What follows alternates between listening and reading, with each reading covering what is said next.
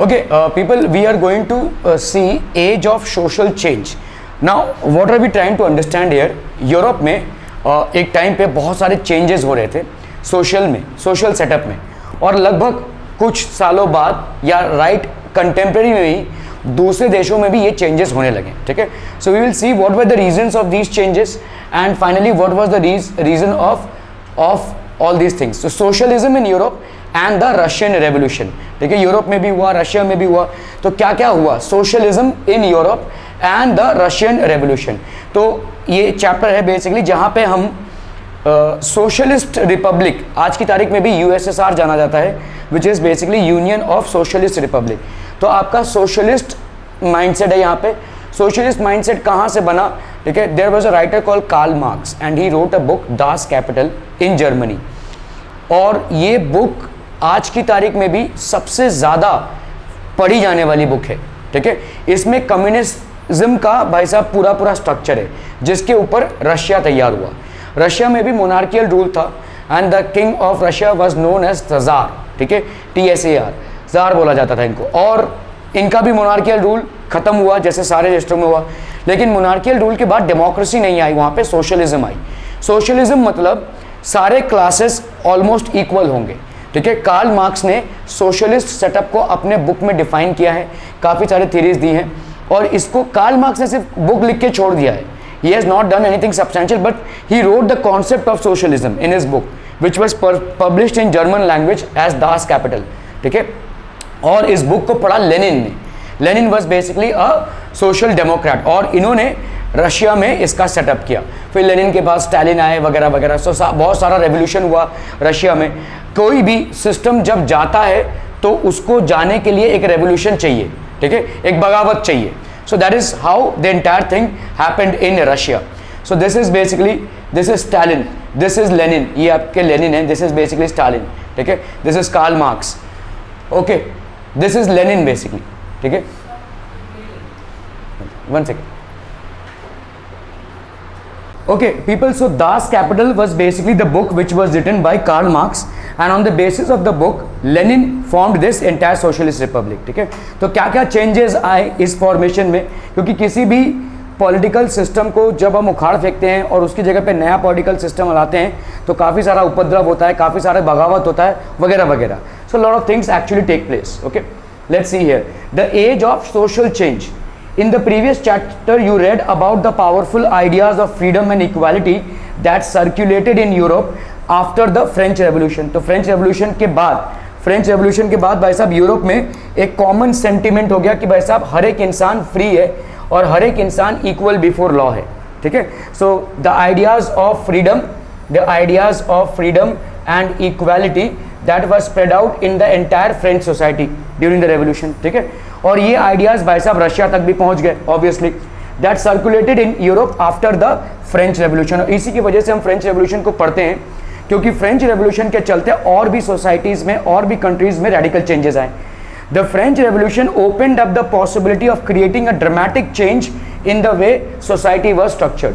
पहले से जो चला आ रहा है वो सही है कि नहीं, हम कब समझेंगे? जब हम एक्सपेरिमेंटेशन करेंगे. ठीक है, तो ये जो पहले से किंग्स का या मोनार्कियल रूल्स चला आ रहा था, फ्रेंच रेवोल्यूशन में ये डिफीट हुआ and a new societal system actually was created. काफ़ी सारे फेलियर्स हुए, फिर सक्सेस हुआ, फिर फेलियर हुआ, फिर सक्सेस हुआ और फाइनली डेमोक्रेसी स्टैब्लिश हुई. तो ऐसे ही आसमान से डेमोक्रेसी नहीं टपका. ठीक है, मोनार्कियल रूल ओवरथ्रो हुआ, फिर भाई साहब नेपोलियन आया, फिर भाई साहब कंजर्वेटिव आया, काफ़ी सारी खिचड़ी पकी, तब जाकर प्रॉपर गवर्नेंस या रूल स्टैब्लिश हुआ. तो इस पूरे दौरान इंसानियत ने बहुत कुछ सीखा. People learned a lot, countries learned a lot, and this knowledge was not exactly fixed in one place. It got spread in different countries. अलग अलग कंट्रीज में ये स्प्रेड हो गया, इंक्लूडिंग रशिया. ठीक है, सो पहली बात तो अभी लोगों को ये जागरूकता आ गई थी कि लोगों के एक स्पेशल राइट्स हैं. ठीक है, लोगों के एक स्पेशल फ्रीडम है, everybody is equal before law. ये सारी चीज़ें अभी पूरे देश भर, पूरे वर्ल्ड में फैल रही थी. ठीक है, that was basically spreading out in the entire world. We will look briefly at some of the important political traditions of the 19th century and see how they influenced change. तो क्या क्या political traditions थे, क्या क्या changes आए, ये सारी चीजें हम basically age of social change में डिस्कस करेंगे, ठीक है। लिबरल्स, रेडिकल्स एंड कंजर्वेटिव्स, ये 3 ग्रुप्स थे, ठीक है, liberals, radicals and conservatives.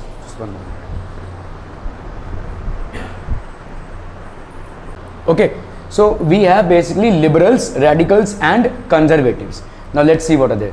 One of the groups which looked to change society were the liberals. ठीक है, तो सारे उसमें जो लिबरल्स थे, जो फ्री सोच रखते थे, ठीक है, कि सब में सोसाइटी में everybody should be free, everybody should have equal rights to employment, everybody should be paid wages as per their labour, ये सारी उनकी सोच थी। तो these were called as liberals, ठीक है।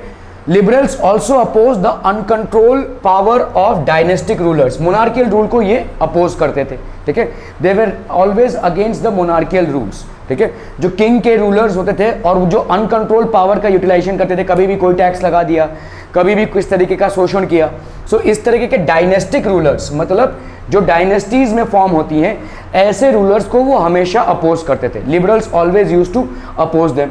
Safeguarded the rights of individuals against governments, ठीक है, तो जितने भी आपके इंडिविजुअल्स थे उनके राइट्स को ये सपोर्ट करते थे, ठीक है। Safeguarded the rights of individuals against governments, ठीक है, गवर्नमेंट्स के अंडर में जो इंडिविजुअल्स होते हैं उसमें भी घपला होता था, तो इसके राइट्स को ये सेव करते थे। सो दीज वर लिबरल्स, ठीक है। They argued for a representative, इनके हिसाब से इनके कॉजेस को रिप्रेजेंट करने के लिए एक इंसान होना चाहिए, ठीक है। सो अलग अलग कम्युनिटीज़ में अलग अलग प्रॉब्लम्स होते हैं, अलग अलग स्ट्रगल्स होते हैं, और इनको रिप्रेजेंट करता हुआ कोई होना चाहिए एज पर देम, ठीक है। They argued elected parliamentary government को ये सपोर्ट करते थे, ठीक है।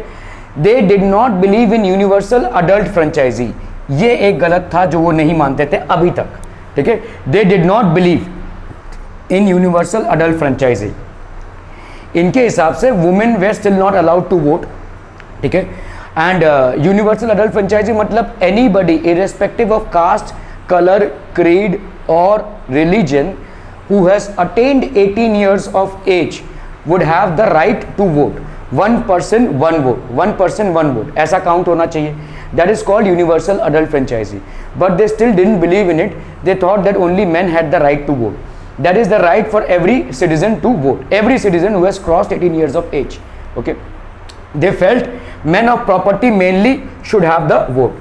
तो इनके हिसाब से सिर्फ men नहीं, men में जिन लोगों के पास प्रॉपर्टी है वो ही सिर्फ वोट कर सकते हैं। ये लिबरल्स का एक ड्रॉबैक था, ठीक है।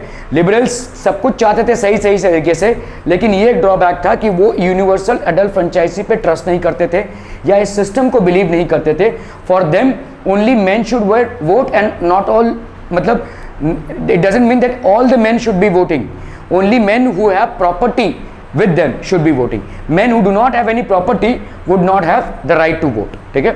अगर कोई भाड़े पे रहता होगा तो उसको राइट टू वोट नहीं होगा, अगर कोई खुद के घर पे रहता होगा तो ही उसका राइट टू वोट होगा, okay. They also did not want the vote for a women, women को तो भाई साहब इन्होंने नजरअंदाजी कर दिया इन टर्म्स ऑफ वोटिंग, ठीक है। सो लिबरल्स बेसिकली, लिबरल्स का देखो wanted a nation which tolerated all religions, ये इनका पॉजिटिव था कि ऐसा नेशन बनाओ जिसमें हर रिलीजन की कदर हो, ठीक है, हर रिलीजन की कदर हो। सो however they were not Democrats, pure sense में अगर आप देखोगे तो डेमोक्रेसी नहीं है ये, क्योंकि आप वुमेन को अलाउ नहीं कर रहे हो वोट करने के लिए और सारे मेन को भी अलाउ नहीं कर रहे हो वोट करने के लिए। तो universal adult franchise is a concept which is still not being followed by you and it is a very essential concept about democracy. Democracy का ये one of the main concepts है, ठीक है, जिसको आप पूरे तौर से इग्नोर कर रहे हो, you are completely ignoring it. Just one moment. Okay, so however they were not Democrats. Democrats क्यों नहीं है? क्योंकि यूनिवर्सल एडल्ट फ्रेंचाइजी वाला जो कॉन्सेप्ट है उस पर इनको ट्रस्ट ही नहीं है, ठीक है, they didn't believe in it. तो बाकी सारी चीज़ें ऑलमोस्ट सही हैं इनके, सिर्फ इस चीज़ को छोड़कर जहाँ पे उन्होंने वुमेन को वोटिंग राइट्स नहीं दिया and they didn't give rights to vote to all men as well, they only give rights to vote to men who had property with them, ठीक है, ओके।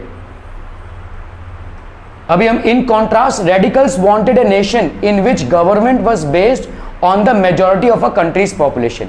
तो रेडिकल्स क्या चाहते थे भाई साहब, एक ऐसा गवर्नमेंट फॉर्म हो जो पूरे मेजॉरिटी ऑफ पॉपुलेशन के रिप्रेजेंटेटिव्स को भी होल्ड करे, ठीक है।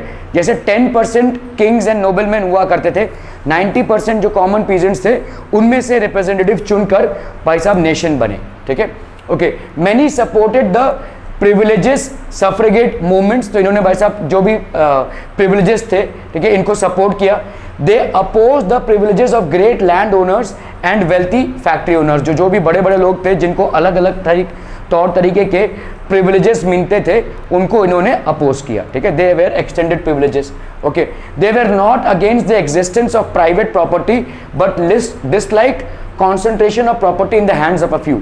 तो प्राइवेट प्रॉपर्टी होनी चाहिए, ये तो ठीक है, और नेपोलियन के टाइम पे प्राइवेट प्रॉपर्टी का कॉन्सेप्ट चालू हुआ, ठीक है। एंड दे डिसलाइक कॉन्सेंट्रेशन, इनके हिसाब से जो प्रॉपर्टी है या जो पैसा है वो कुछ ही लोगों के पास रहे, ऐसा गलत है, ये सोच गलत है, ठीक है। This is what radicals believed in. Government to give women the right to vote, radicals में ये पॉजिटिव था कि they wanted the women to vote as well, तो यूनिवर्सल एडल्ट फ्रेंचाइजी के कॉन्सेप्ट को ये सपोर्ट करते थे, ठीक है। 18th सेंचुरी में क्या हुआ, conservatives had been generally opposed to the idea of change. जो भी कंजर्वेटिव्स थे, क्या आवाज कर रहे हो, conservatives had been generally opposed to the idea of change. Conservatives कौन थे, कंजर्वेटिव्स कौन थे? देखो, लिबरल्स का एक ही प्रॉब्लम था, यूनिवर्सल एडल्ट फ्रेंचाइजी को ये सपोर्ट नहीं कर रहे थे। रेडिकल्स में सब कुछ पॉजिटिव ही था। कंजर्वेटिव्स कौन थे? कंजर्वेटिव्स रूलर्स थे जो पहले मोनार्कियल थे। अभी भाई साहब पहले डेमोक्रेसी का कॉन्सेप्ट आने लगा तो रूलर्स टम्बल डाउन हो गए, फिर से रूलर्स इमर्ज हुए, ठीक है। लेकिन इन्होंने देखा कि अभी हमको तालमेल के साथ राज्य को चलाना है, तो what they considered was that they would form a parliament, और इस पार्लियामेंट में अलग अलग कम्युनिटीज से रिप्रेजेंटेटिव्स रखेंगे ताकि इस तालमेल के साथ अपना राज्य भी चलता रहे। तो मिली जुली सरकार का एक प्रोसेस था ये। Conservatives had been generally oppose to the idea of change, ज़्यादा करके ये सपोर्ट नहीं करते थे किसी भी चेंज के आइडिया को, ठीक है, 18th सेंचुरी में। 19th सेंचुरी में क्या हुआ, दे एक्सेप्टेड दैट सम, ये 18th सेंचुरी की बात है, तभी प्योर मोनार्की था, ठीक है। ये भाई साहब प्योर डायनेस्टियल पॉलिटिक्स था, डायनेस्टियल किंगडम था, ठीक है, या हम इसको बोल सकते हैं प्योर मोनार्की थी भाई साहब। दिस वाज प्योर मोनार्की, उनका ही सब कुछ चलेगा। They were oppose to changes, लेकिन धीरे धीरे इनको दिखने लगा कि भाई साहब चेंजेस नहीं करेंगे तो हमारा ही काया पलट हो जाएगा, हमारा ही तख्ता पलट जाएगा, लोग हमको ही भगा देंगे, ठीक है। तो इसलिए इन्होंने क्या किया, 19th सेंचुरी में they accepted that some changes was inevitable, मतलब करना ही पड़ेगा, ठीक है, but believe that the past had to be respected and change had to be brought about through a slow process. तो इन्होंने बोला कि चेंज हम लाएंगे, धीरे धीरे लाएंगे, लेकिन पास्ट में जैसे किंग्स, नोबलमैन और क्लर्गीमैन का रिस्पेक्ट हुआ करता था, वैसा ही कुछ अभी भी होना चाहिए, ये कंटिन्यू होते रहना चाहिए। That is what they believed in, ठीक है। Such differing ideas about societal changes, तो लिबरल्स, रेडिकल्स और कंजर्वेटिव्स, इन सब के मतभेद हैं, ठीक है। They all have different ideas about bringing a change in the society, तो क्लैश होना लाजमी है, तो क्लैश होगा ही, ठीक है। There were clashes during the societal and political turmoil that followed the French revolution. तो फ्रेंच रेवोल्यूशन के बाद जितने भी क्लैशेस हुए वो इसी रीजन से हुए, क्योंकि रेडिकल्स और आपके क्या कहते हैं लिबरल्स एंड कंजर्वेटिव्स में कांस्टेंट क्लैश ऑफ ओपिनियंस था। There was a constant clash that was happening, okay. Industrial and society and social change, काफ़ी सारे भाई साहब इंडस्ट्री सेटअप हो गई और इंडस्ट्रीज के चलते काफ़ी सारा सोसाइटी में चेंजेस होने लगा। Political trends were signs of a new time, तो अलग अलग पॉलिटिक्स में चेंज होने लगा। नए सिटीज़ का उद्भव होने लगा, सिटीज़ मतलब जो प्रॉपर एम्यूनिटीज़ के साथ थी, ठीक है। इंडस्ट्रीज डेवलप होने लगे, okay. New industrial regions developed, railways expanded and the industrial revolution occurred, railway होने लगा और इंडस्ट्रीज में काफ़ी सारा रेवोल्यूशन आने लगा, काफ़ी सारा बढ़ने लगा एक साथ ही इंडस्ट्रीज, ठीक है। So if you see there were lot of industries that were set up, okay. So people were engaged, काफ़ी एम्प्लॉयमेंट बनने लगा, लोगों के पास पैसे आने लगे। Industrialisation bought men, women and children to factories, factories में ये भाई साहब काम करने लगे, ठीक है। Work hours were often long and wages were poor, इनसे भाई साहब बहुत ज़्यादा काम करवाया जाता था और जिस कदर काम करवाया जाता था उस कदर पगार नहीं मिलती थी, ठीक है। So these were certain things, ठीक है। So unemployment was common particularly during times of low demand for industrial goods, तो अनएम्प्लॉयमेंट कॉमन होने लगा, ठीक है। उस टाइम पे जब भाई साहब लो डिमांड था इंडस्ट्रियल गुड्स में, इंडस्ट्रीज तो हो रही है लेकिन अभी भी अनएम्प्लॉयमेंट है, ठीक है। Housing and sanitation way problem since towns way growing rapidly. देखो एक बार कोई टाउन स्टैब्लिश हो जाता है ना तो उसमें हाउसिंग सैनिटेशन वो सब होने लगता है, लेकिन जब तक वो टाउन स्टैब्लिश नहीं होता तब तक स्ट्रगल चलता रहता है। So there is a constant struggle. So housing and sanitation were problems since towns were growing very rapidly, ठीक है। Liberals and radicals search for solutions to these issues. तो जितने भी लिबरल्स थे और रेडिकल्स थे they wanted a solution. All industries were the property of individuals. तो जितने भी इंडस्ट्रीज थे वो क्या थे भाई साहब, प्रॉपर्टी ऑफ इंडिविजुअल्स, ठीक है। Liberals and radicals themselves were often property owners and employers. तो ज्यादा करके जितने भी लिबरल्स थे और रेडिकल्स थे वो ज्यादा करके क्या थे, दे वे प्रॉपर्टी ओनर्स एंड एम्प्लॉयर्स। सो थोड़ा मतलब फाइनेंशियली हायर क्लास के लोग थे ये, ठीक है, नॉट कॉमन पीपल।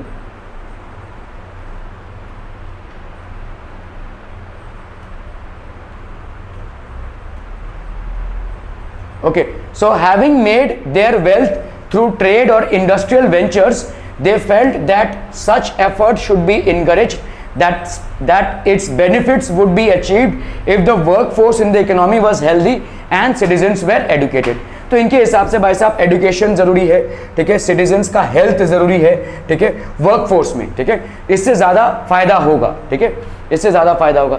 1815 में भाई साहब क्या हुआ, सम nationalist liberals and radicals wanted revolutions to put an end to the kind of governments established in Europe। तो जितने भी liberals लोग थे या radicals थे और nationalists थे, इन्होंने बोला कि भाई साहब जितनी भी गवर्नमेंट जिस तरीके से भी चल रही हो इसको खत्म होना पड़ेगा यूरोप में, ठीक है। दे डिसाइडेड ऑन दिस, और ये प्राइमरी वर्कफोर्स था, ठीक है। So they basically started to the London poor in the mid 19th century as seen by a contemporary Henry Matthew, London Laborer and London Poor 1861। ये एक painting है basically. So this is the poor society of London. somehow they are making or drinking or whatever, but this is just very small amount of pleasure in their lives, otherwise their life was more or less a struggle throughout, ठीक है। Okay ठीक है भाई साहब, उधर चाहिए।